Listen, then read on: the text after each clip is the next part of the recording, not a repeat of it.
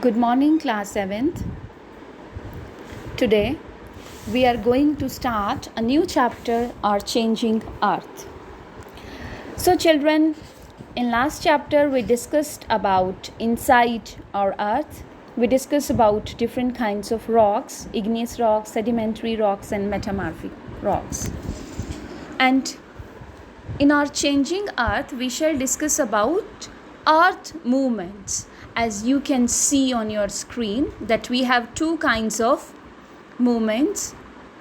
First is exogenic forces and the other one is endogenic forces. So children, endogenic forces and exogenic forces.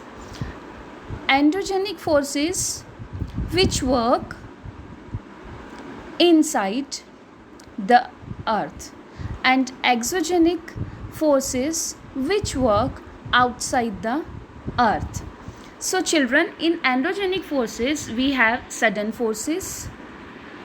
For example, earthquake, volcanic eruption, landsliding. And exogenic forces are those forces which work on the surface of the earth. For example, a river, it flows on the surface of the earth. Wind blows on the surface of the earth. Sea waves on the surface of the earth, and glacier, your ice mountains, are again on the surface of the earth. So children, in this chapter we shall discuss about the difference between endogenic forces and exogenic forces. This is your first question. So what is the difference? The forces which act in the interior of the earth are called as endogenic forces, and the forces that work on the surface of the earth are called as exogenic forces. So children, examples of endogenic forces are earthquake. Why? Because its epicenter is somewhere inside the earth. Next we have volcanic eruption. Volcanic eruption is when interior of earth is very hot and lava comes out.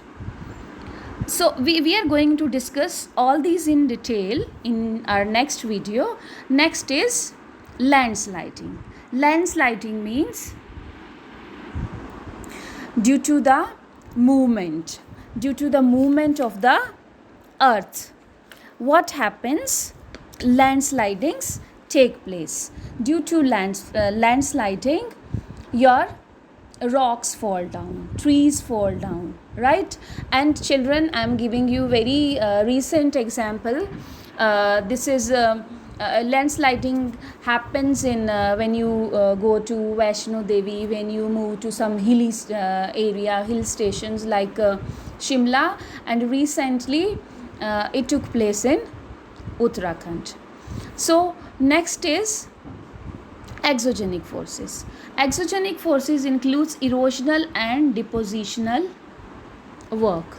Erosional means taking away and depositional means to deposit, and this work is done by river, wind, sea and glacier. This we'll discuss in our next video. So children, thank you so much. I hope this much is